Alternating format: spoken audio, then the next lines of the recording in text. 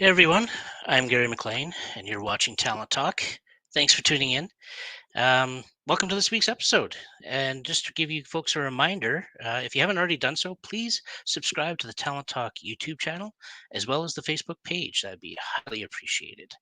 And also another reminder that this is a live interactive show, so don't be afraid to ask questions, say hello, just make general comments, whatever you're feeling. Throw it in the comment section and we'll have a look as the episode proceeds.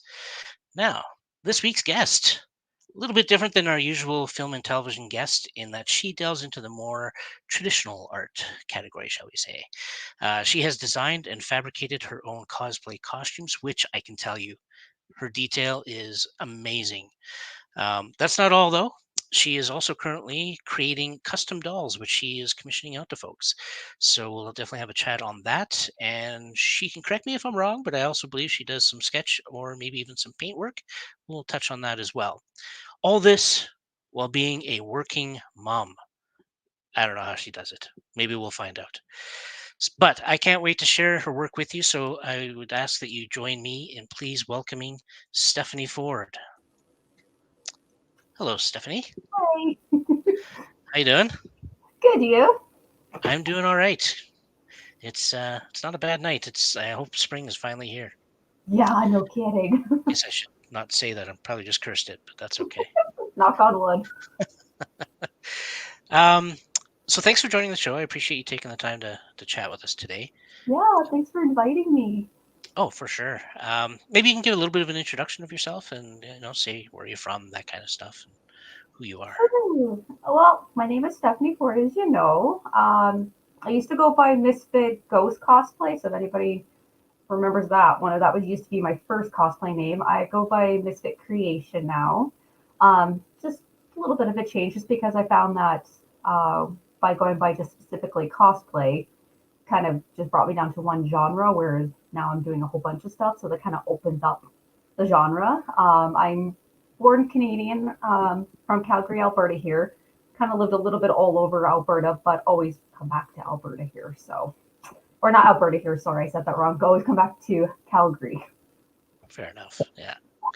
And just out of curiosity, what high school did you go to? I went to Holy Trinity Academy in Okotoks. Oh, no, Okotoks. Okay. All right. Yeah, I just I'm a William Aberhart, guy, so I was just curious. Uh, no, that's okay. yeah, why not? So again, I've seen some of your work. I personally love it. Um, check it out on Thank your you. Instagram page, which I might as well share that right now because people need to go check it out as soon as they can. If you do want to check out some of her work, please go to the addresses below on Instagram and Facebook. Let's start off a little bit with your cosplay, and I guess maybe when did you start working with the cosplay? What drove you to it? That kind of thing. Okay. Well, I started officially cosplaying in 2008.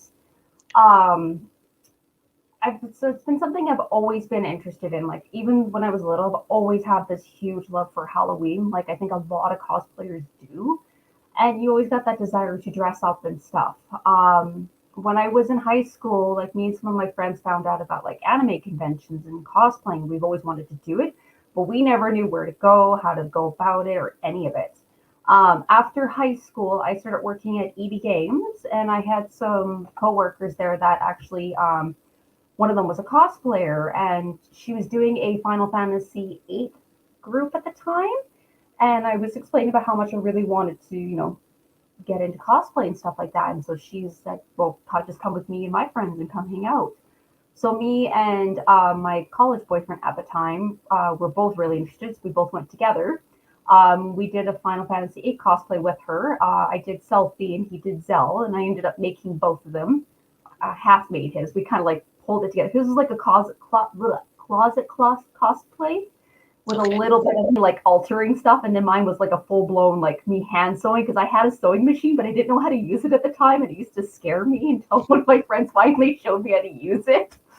But yeah, so that's when we started doing that. And I think the reason why I got into it was just the absolute love of like creating, getting to, you know, dress up, you get to like not be yourself for a day and stuff. And it was just, I don't know, it's just something that I've always like been drawn to. It's really cool.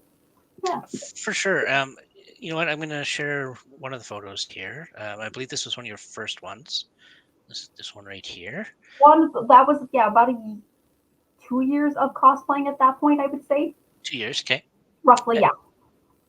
And so, I mean, I can guess as to what drove you to actually make this one, but maybe you can let the folks know what you were thinking on this one, and just where this one kind of led you. Like, you know, did you compete with this one, that kind of thing? Yeah, this one was so this is Liliana from Dragon Age Origins. It was a game I ended up like absolutely falling in love with. I absolutely loved all the designs. This version of Liliana I did was it was kind of a combination of a trailer that they had created where they designed this armor for her.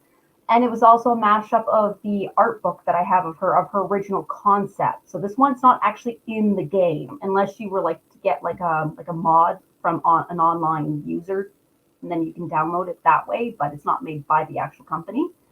Um, I just absolutely loved the design, loved the character, and I had to do that one. And she was the first time that I ever entered a competition. And then I ended up getting best craftsmanship for novice when I first started with that one. So that one was Nice. actually a heavy one to play or to wear too, because it's a combination of like Warbler for the armor, and then the actual scales are all real scale mail. It's a very, very heavy costume. I can only wear it for a few hours before it hurts me. But I got the actual scales. I had hand sewn all of them onto the actual costume itself, one by one.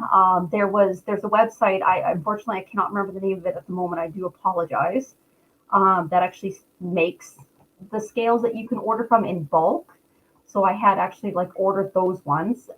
Everything else in the costume though I had like made from scratch. I made it so that with her dual blades in the game, if you're familiar with Dragon Age, their weapons in the very first one just kind of hover on their back with Right. no logic to it. And so I wanted to kind of portray that. So I actually put like magnets in the swords and in my back. So that way then I could flip them and they would just randomly stick on my back with no like gravity whatsoever explaining how they stayed up there. So that was like a Nice. little thing that I put on there. And from what my friends told me, that I guess the judges got really excited when they saw that, when I flipped them off my back and put them back on. I wasn't sure. I didn't see their faces. It was my first competition. I was so nervous that I pretty much ran on stage, posed, and ran off as fast as I could. The nerves were like, nope, nope, nope. So Oh, yeah, that's when I heard fair. my name, yeah, well, when they called my name, I was like, no, no, no, that was that. I misheard that. They're like, no, that was you. I'm like, oh, oh, okay. So yeah, it was really cool. But yeah, And how long terrifying. do But you? terrifying. Oh, yeah, I can imagine, right? Especially, yeah, your first time for sure. How Yeah. long did it take you to make that one? Do you Oh figure? man. Well, at the time, my oldest, my son, he was not even one. So I had to do that after work and while he was in bed. And I think it ended up taking me about 3 months. Roughly, I would say, yeah, like a good, like I know, like just sewing the scales onto both sides of the tunic. That alone took me a month because I had to do a little bit each night ahead of time before I eventually went cross-eyed and had to call it a night. Yeah, no, yeah, I could definitely see that.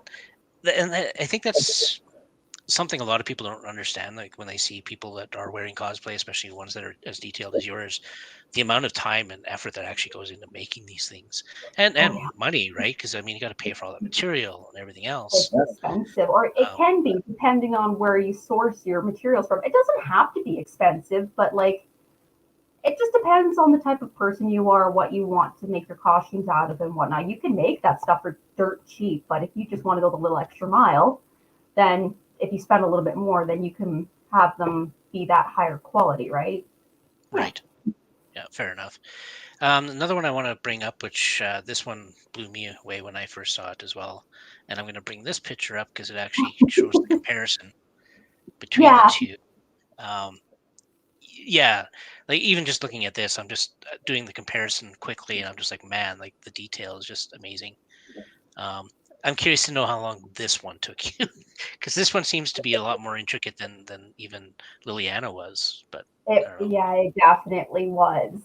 Oh God, I think this one took me about 6 months. like nonstop, like just going at it.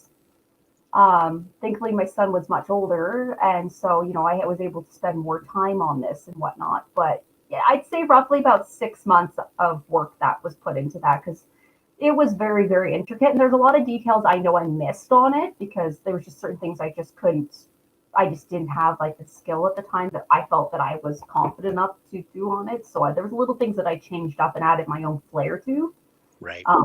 But yeah, it was a process. I did have a question pop up from one of our viewers here, so I'll just pop this Okay. guy up.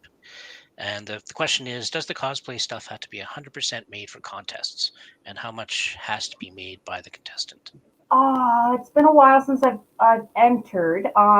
If you're going for the craftsmanship award, if I remember correctly, it's 90% has to be made by hand, and you have to document everything and like take photos and explain it beforehand. 'Cause before you enter your cosplay, if you want to go into that category, you have to show everything that you did, show basically proof that you actually did it.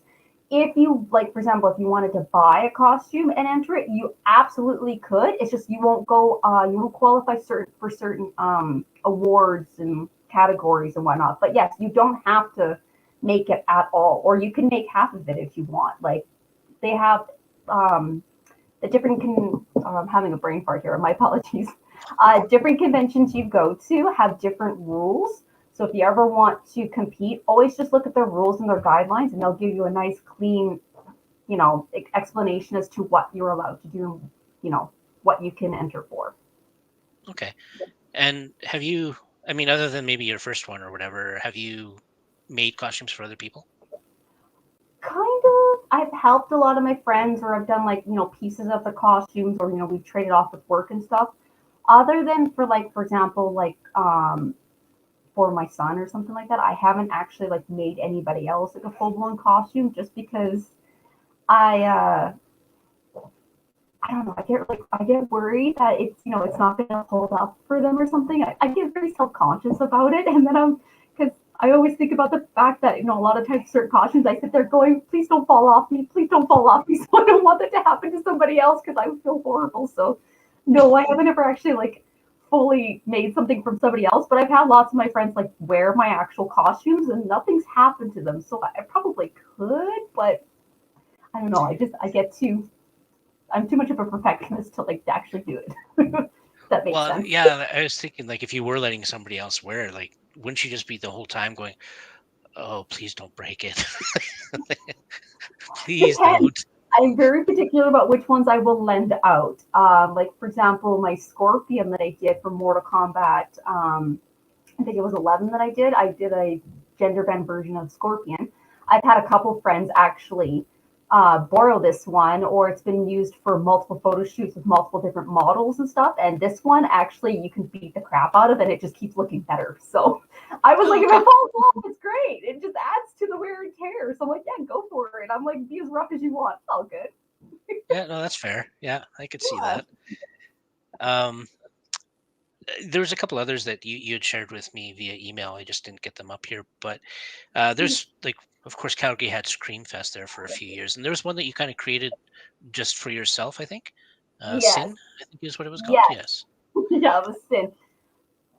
I wish I had a Yeah, photo of it. I don't think I do though. Like I I don't know I think I have a downloaded it. couple of them on my Instagram. If anybody ever wants to check it out, it's always on Hex or DMAX Studios on his Facebook. Basically, I got invited by David McKenzie from DMAX Studios, or also known as Fantasy Warriors, to come and volunteer at the booth and check it out. And it happened to be during a Screen Fest. So I did, and that year, like I brought up my Resident Evil costume of Rebecca Chambers, and I kind of zombified her up a little bit, made her look like she'd been attacked, so I made it more Halloweeny.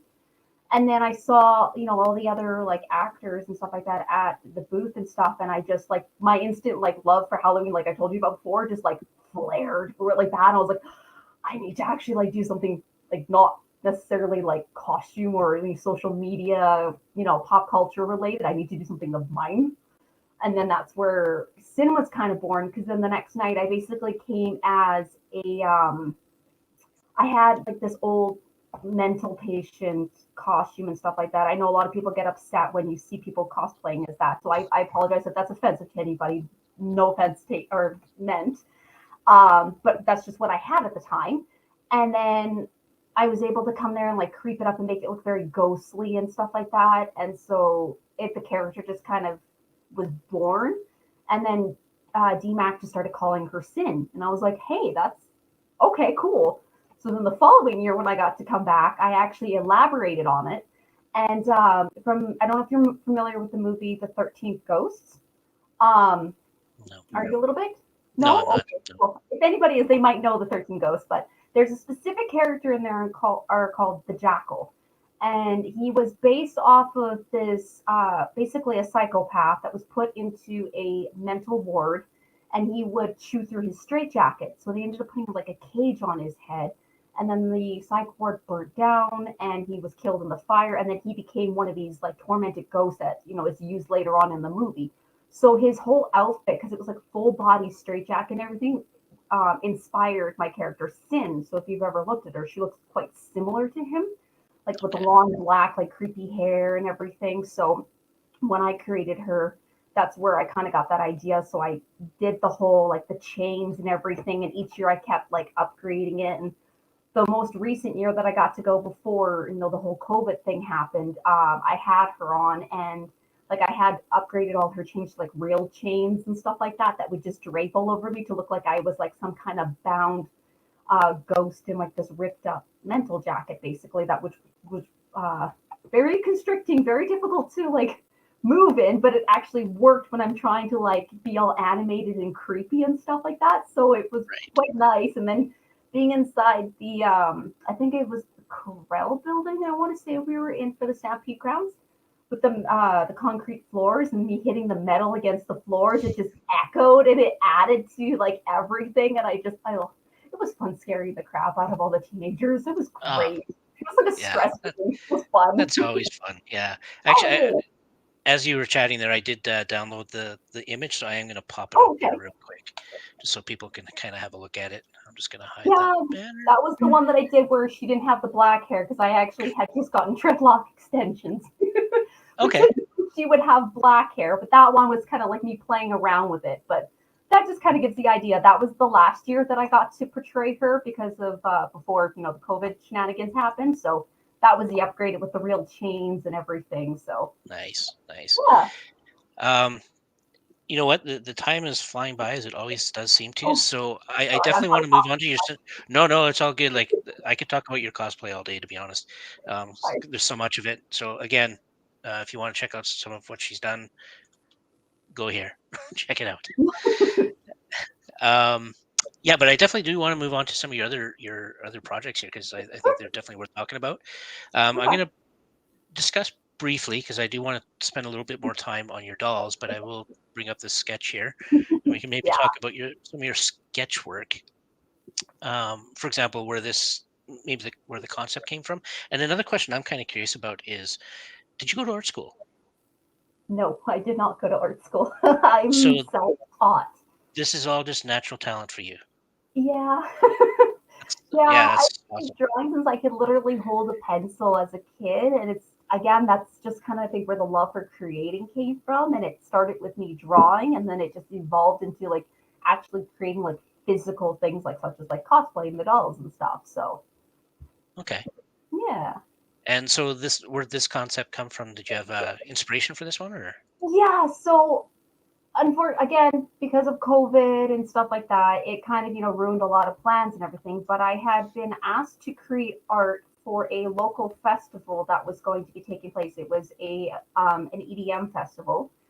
And I was going to be an artist at one of the like a vendor booths selling artwork prints and stuff. So I was coming out with a concept that I was calling them like my rave animals. I guess I was kind of going with a little bit. I never really solidified it, but the concept was me basically taking like animal characters and like either doing like some kind of like splashy like watercolor rainbow effect to them, or that one is the my red panda.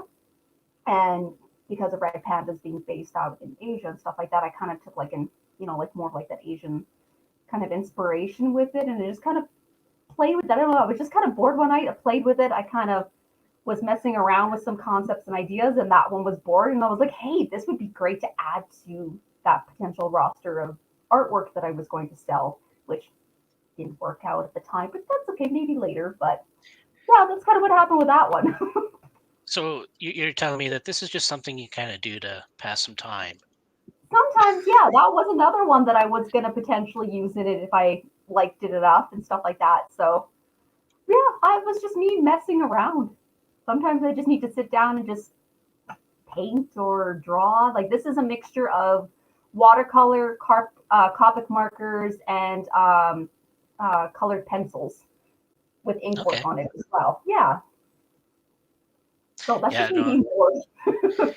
Well, I mean, when it comes to art, to be honest, like I definitely don't claim to be, you know, super knowledgeable or anything, but I like the colors and you know, it pops, right? That's kind of what I like about what I've seen on your stuff so far is, Well, yeah, thank you. yeah.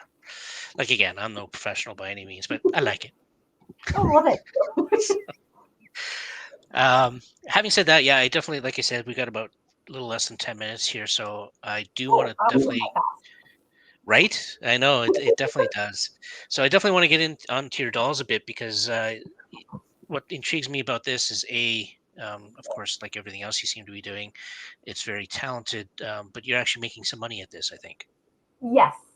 Yeah, Right. I am with So this one now. we will definitely let's bring this guy up here, and This recent commission, yeah. yeah, maybe you can just tell us a little bit about this, where the concept came from, the time it took you to do it, that kind of thing, and then maybe we can talk a little bit about your actual commissioning and how that kind of works for you. Sure. So yeah, so with this guy here, back in December, I was this was one of my Etsy orders that I had gotten. The customer wanted to have a doll created of this original character his brother had created, and he provided me with a basically with the concept art of it, and it kind of was I would say more of like a demonic deity kind of godlike character that was it was very specific that it was to be androgynous, but it wanted a male body with a very very feminine face and like the long flowy hair and stuff. And so with that doll, I was able to create it the best of my ability because when you take something like that and put it on such a small scale, it definitely is quite a challenge. It's like it was more of a challenge than I realized it was going to be. So but with that one, like the eye in the chest is like dremeled out. It's like it's a resin eye that I had gone back in and like painted by hand. It's got one in the forehead as well. Um, it's got real alpaca hair on it too for the actual head. I was able to Oh, get that from yeah, it was really cool. I was able to get it from Etsy. It's humanely sourced. There's it was out in Europe. There's a alpaca farm out there that when they do their yearly shaves of their alpacas, you can actually sell the hair and then you get it and stuff. So it's kind of neat because I was able to like support another seller on there, but it's animal cruelty or free kind of thing, which was really cool. And the hair is absolutely gorgeous because you can do everything to it because it's real hair. Unlike whereas other dolls you want to use like yarn on them or you can use like synthetic like wigs and stuff like that. So basically the way I look at my dolls and stuff like that is they're miniature versions of cosplay. So that's kind of what I've done is I've taken like my cosplay skills and I've put them into dolls. So nice. Yeah, yeah. yeah, absolutely. And how long ago did you start doing these? So I found out about doll repainting probably about 8 or 9 years ago. I had kind of like tested the waters with it at the time, but I never was able to really get a lot of the supplies that I needed to actually properly do it. And then I would say that's when I started getting really heavy into cosplay too, as well. So it was kind of one of those pick a cosplay or pick the dolls. So I kind of went more towards the cosplay, and the dolls just kind of stayed more of like like an interest. And then after I did more research, it's been now about 3 years that I've been actually able to go really like actual like in depth in it. And it was roughly around the time where I had to like pretty much put cosplay on hiatus. So then I went towards the dolls and stuff like that. I got more research into them on how to to do it. And then I just started putting my love for cosplay into the dolls. Yeah, fair enough. And you know what? I'm just going to pop this guy up here as well, or this gal, I shall say. Um, another one of your dolls is was this another one that was commissioned out, or It was, yes, and the girl, she had a witch character that she wanted commissioned, and this is what was created of this one. okay? And approximately how long does it take you to do a doll? It depends on the doll. Some dolls can take, like if I'm doing like a full doll, like if I'm doing the outfits, the face, the hair, everything, they can take 1 to 2 months easy. If I'm doing just the faces, where because I've had that too, where I've had people commission me to do just the faces, that'll take me like a week, if Okay, that. Because you have to do like a lot of like layers in between. You have to seal it and then put another layer and seal it and then do another layer in order to build up the opacity of the face. okay, all right. Yeah. And just out of curiosity, if somebody did want to, you know, use your talents or get you to make a doll for them, how would they go about doing that? I have an Etsy account that I actually can do, that I'll do my commissions throughout. There is also Instagram as well too. Like I have messages that come through Instagram as well for people just wanting to discuss ideas and quotes and stuff like that. So that's another way to go through it as well. Okay, fair enough. Yeah. And where, like, is this? Do you see this kind of progressing further, or is there something else you maybe want to try delving into? At the moment, I'm really content actually with doing the dolls and having a lot of fun with it. So for now, that's my thing for now until unless something else pops up and bites me in the butt and says you need to go this way. Fair enough. And my last question, because again, we're pretty much out of time. How do you balance, being a mom of two and, um, yeah, doing all this stuff? Um, I don't know. I guess I don't sleep a lot, I suppose. With my youngest now, she's a year and a half. So now that she's still dependent on mom, but she's not as, she's at that age now where she can do her own thing. And my oldest, he's almost 8. He goes, I barely see him when he's home. He's either up in his room playing Lego or he's down here playing video games and stuff. So I usually will do it when the kids are either in bed or, on the weekends, when they're playing, and then I can work on little things here and there. That's why it takes me a lot longer now to do a lot of my projects, is because I got to space it out with the kids and stuff. So, like sometimes if I can get like half an hour in a day of something to do, it's like, yes, I've made progress. Fair enough. Yeah, I Yeah. can see that. And because you are a bit of a gamer yourself, or you like, probably don't have a lot of time now, do you actually sit down with your son and play video games with him at all? Or I haven't actually done it for a little while here now. Especially when his sister was first born, it was basically a lack of energy to do anything. But beforehand, like he has like a lot of the Lego games and stuff, so we would do some of that stuff with him, which was a lot of fun. Or he wanted like he cosplay with me because he has like when I did that scorpion costume, he actually was my mini Sub Zero. So oh, nice, oh, that's it was awesome. adorable. And he always keeps saying, "Mommy, like each Halloween." He's just like, "So you're making my costume this year, right?" So yeah, he gets in there with me and that stuff. That's awesome. Yeah. And yeah, no, that's awesome for sure. Well, that kind of wraps up our show. I definitely want to thank you again for joining us for one thing, and I can't stress enough for the folks that are watching to check out our Instagram, Facebook, check out our stuff. It's definitely worth a look. And who knows, if you're interested enough, maybe order a doll. Thanks again, and just a reminder again for the folks that are watching, tune in 2 weeks for our next guest, who will be Shauna Church, who's a talent agent, local talent agent, and we'll kind of get the inside scoop of what they look for and what you can do and how they work for you. And we'll go with that. So thanks again, everybody. Have a great 2 weeks. We'll see you then. And thank you, Stephanie. Yeah, And thank you. take care, everybody.